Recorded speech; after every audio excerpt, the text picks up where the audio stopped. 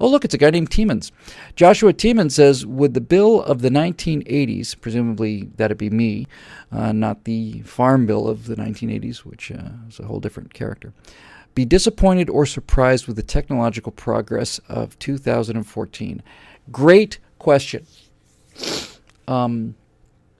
He would be both disappointed and surprised and impressed. That's the great kind of, disappointing and inspiring at the same time. And I think you probably could group it. The horrible disappointment in technology for me comes with vehicles. Vehicles. I am brutally disappointed in the progress of vehicles. When I was an 18-year-old kid, or a 7-year-old kid for that matter, I thought I was going to have a jetpack. I really did. I thought I was going to have a flying car. I thought we were going to have nuclear-powered cars. I saw the Disney animations and the Sid Mead drawings that are on the artwork that's on the back of the wall behind me right now. Nuclear-powered cars doing 200 miles an hour down perfect freeways that are perfectly maintained. Everything's clean. Everything works. There are no underclass. Technology and power is civilization. Energy is civilization. Widespread nuclear power, safe nuclear power, and everybody's great. I thought we'd have private submarines. I thought there'd be a moon base to live on. I thought there'd be several under the ocean bases that we could live in, and that we could do in our little nuclear powered submarines and go spend a weekend down there under the ocean. So my disappointment, and needless to say, the space program, we were supposed to have been at Saturn by 1970. We should have been on Mars by 1980. So dead and drop the ball situation as far as space flight is concerned, and aviation. By the way, the 707. Somebody's going to tell me I'm probably off about this but if I'm off by a year.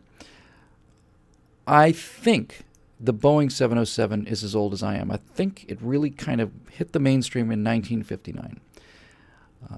The Boeing 707 was the first modern jetliner, and that would make the Boeing 707 55 years old today. And if you get on a plane today from LAX and you fly from LAX to John F. Kennedy, you will go as fast today as you went in the Boeing 707. We have not gained 10 miles an hour in terms of commercial aviation. Purists among you will probably say maybe we picked up 20 knots or something, but basically 55 years ago, the Boeing 707 came along and people went from one place in America to another at about 550 miles per hour over the ground, round numbers. And that's exactly how fast we go today. So, it really surprised me. I've said this before on the show. I remember my dad, right around 1970, when they killed the American SST, my dad said, you're either moving forward or you're moving backwards. Everybody's saying the 707 was in 1958. They gave it a year to get it going before it was rated to carry me. But when they killed the SST, the Boeing SST, which was infinitely better airplane than the Concorde or the Tu-144, my dad said to me, he said, you either move forward or you're moving backwards. If we're not moving forward, then we're starting to slide. That was 1970, I want to say, around in there. And I remember at the time going, that can't be good. It was the first kind of opening moment of my life where my eyes opened up and went, things are a little off the rails here compared to what I thought we were going to get in the World Fair of 1964. So in terms of vehicles, horrible disappointment. Now, in terms of this stuff, no one saw this coming. Well, not no one. Stanley Kubrick and Arthur C. Clarke saw it coming. Other than that, no one saw it coming. And they didn't see the internet. There, without question, the most influential film. It's not my favorite film. It's one of my 3 favorite films. But without question, most influential film in my life was 2001: A Space Odyssey. And one of the things that's interesting, excuse me, about 2001: A Space Odyssey is the graphics. The computer graphics in 2001: A Space Odyssey. They're terrific. You watch 2001: A Space Odyssey today, the graphics in that, the computer graphics in 2001 hold up perfectly in 2014. They hold up magnificently. They are brilliant. The reason the computer graphics in 2001: A Space Odyssey, which was made in 1968, are so good is because they weren't done by a computer. They were hand-drawn by animators based on what Arthur Clarke and Stanley Kubrick and, of course, the art directors and so on 2001 anticipated it to look like. But if you look at those diagrams, and I pay close attention to those things, because I've seen that movie 30 times,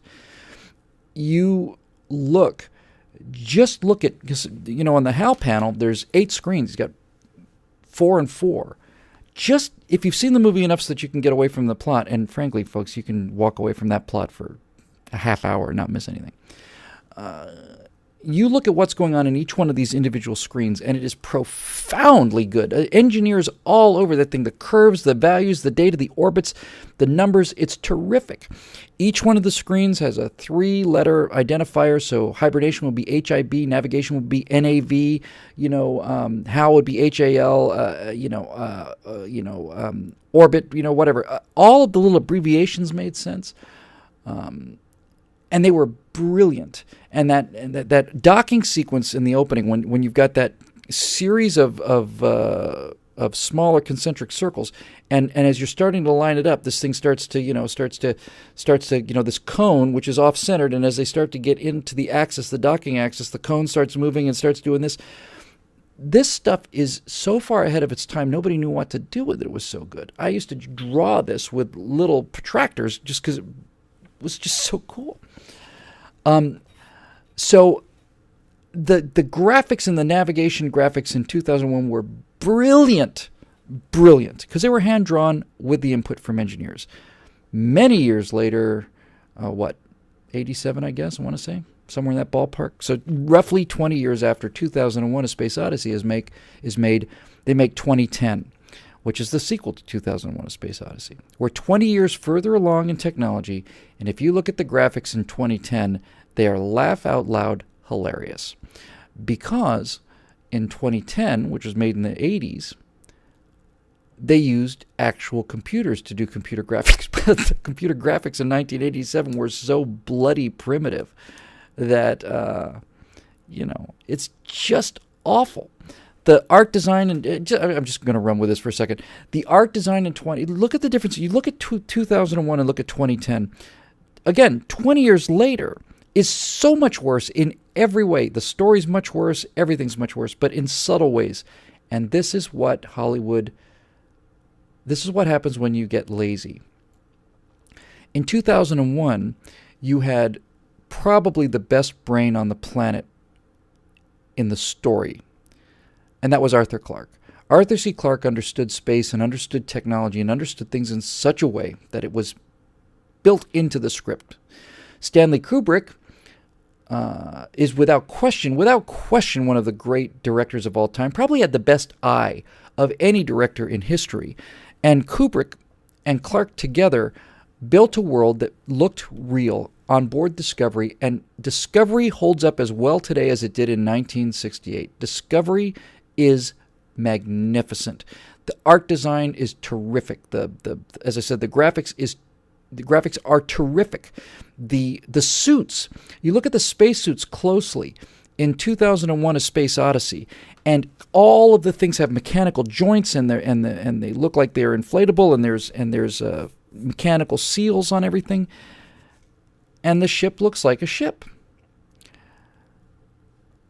Fast forward 15 or 20 years, or however much longer it was, to 2010, and what do you get? You get the laziness that comes from somebody who thinks they know what they're doing. In 2010, as just a couple of small examples, every single door and every single hatch has like 4, 9, K, B2, just plastered everywhere. Why?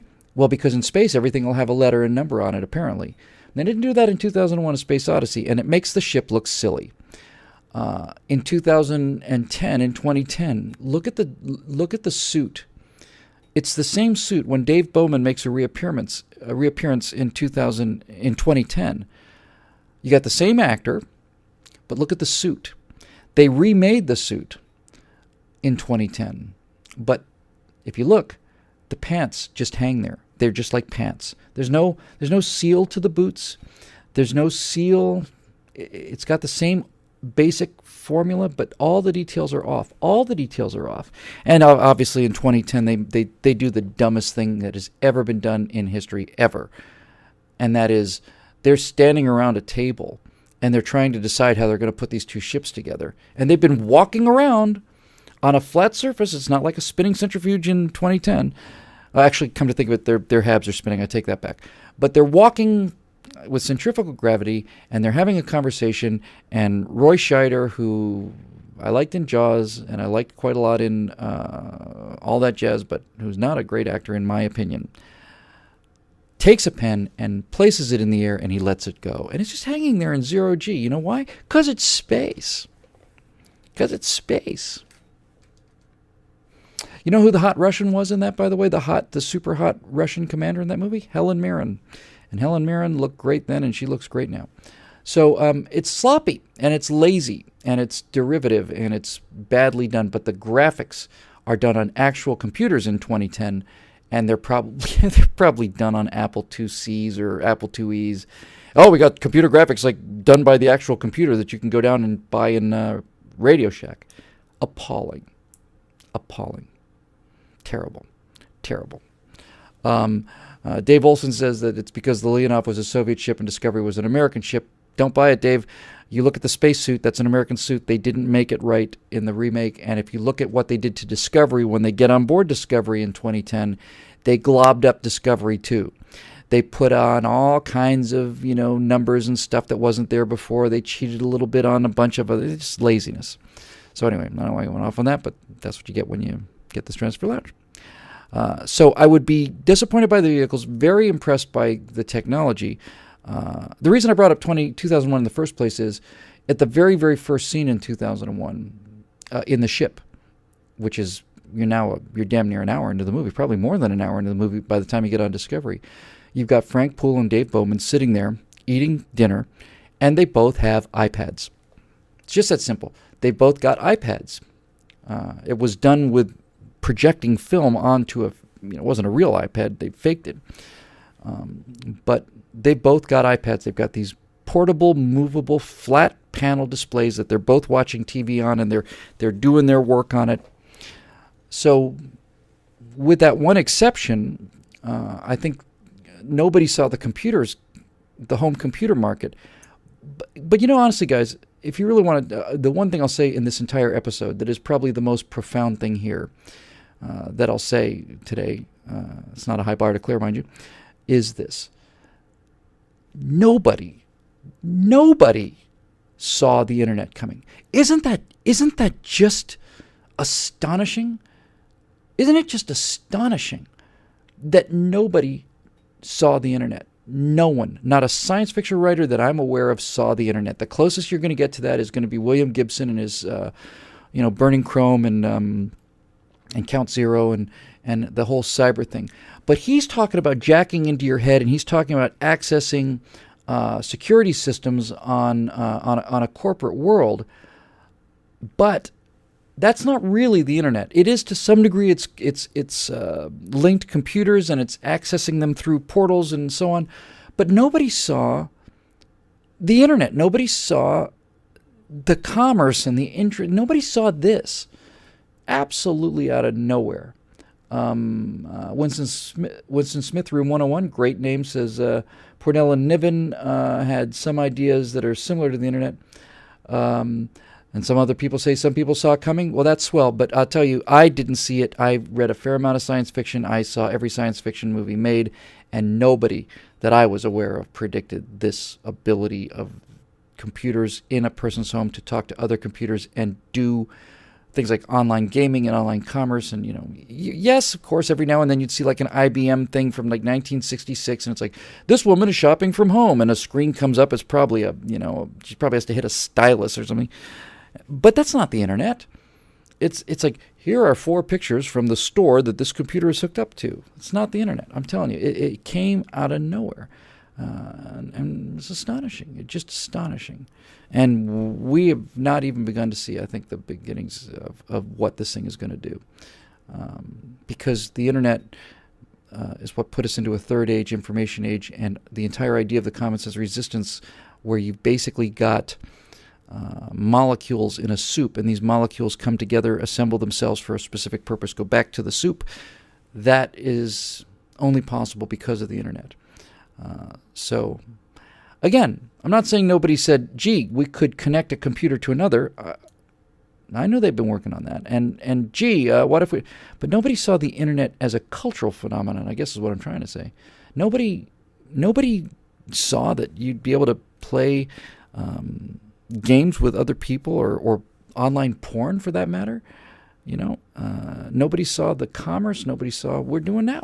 And I wasn't aware of it anyway. So that would be what I was most impressed with, Joshua, is the disappointed with vehicles and astonished by the power of computers and personal computers. The idea that individual people could have this kind of firepower, horsepower, in terms of computing ability and graphic ability, and the idea that I could that I can carry in my wallet, in my pocket. I have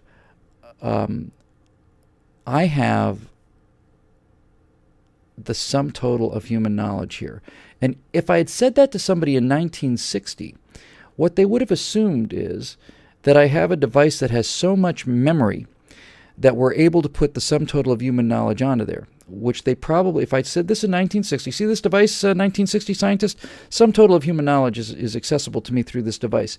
They probably, almost certainly would have thought, okay, they've got enough memory storage in the future so that we can put the text of every single book into this memory, and he can read the books as necessary. Aristotle and all this other stuff. That's not what I'm talking about at all. I'm talking about, if I wanted to see episode 4 of season 2 of Lost in Space, I can see it right now. The idea that this would connect not to a central location where everything would be stored, that in itself I think is mind-shattering and completely unexpected. We're going to access the central computer with this. No, there is no central computer. There are some central nodes, and YouTube is one of them, and Facebook is one of them, but if you start a search, just the idea of a search engine is a completely unheard of thing. But if I want to find something like, for example, I'll give you a great example. There was in Boys Life magazine, I've told the story before, there was an ad for a submarine that looked like a nuclear sub. And I thought it was a real sub. I thought you put it in the water. My dad said, I've looked into it, it's just a cardboard box. I was brutally disappointed by that because I thought it was literally a cardboard box with a print of a nuclear sub on it, but it turned out it was much cooler than that. But I've never seen it. I'd never seen what people who bought that Polaris nuclear sub out of Boys Life, which I wanted more than anything in the world, I'd never seen what they look like. And then finally, I did a search for it, and there it was. And it wasn't on YouTube or anything. Some guy had a blog. He'd been given one as a kid. Here's a picture of me and my Polaris nuclear sub. Didn't look anything like the print, but it looked a lot cooler than what I was told it was, which is a cardboard box with an image on it. It was actually kind of looked like a spaceship. It was pretty neat. That was on a guy's blog. So the idea that all of this information available to the human race would be dispersed, and that so much of it would be cultural, in terms of, there's virtually nothing that I can't find out there because of this. Before Space Ghost Coast to Coast came back as an ironic talk show, I used to love Space Ghost. Get on the web. I can see episodes of George of the Jungle, and I can watch Top Cat, and I can watch Supercar, and I can watch anything that I grew up with, because it's here. And that's amazing. So that's a benefit, but pretty Pretty tough deal compared to the fact that I thought we'd be having this conversation from the moon. Moving on.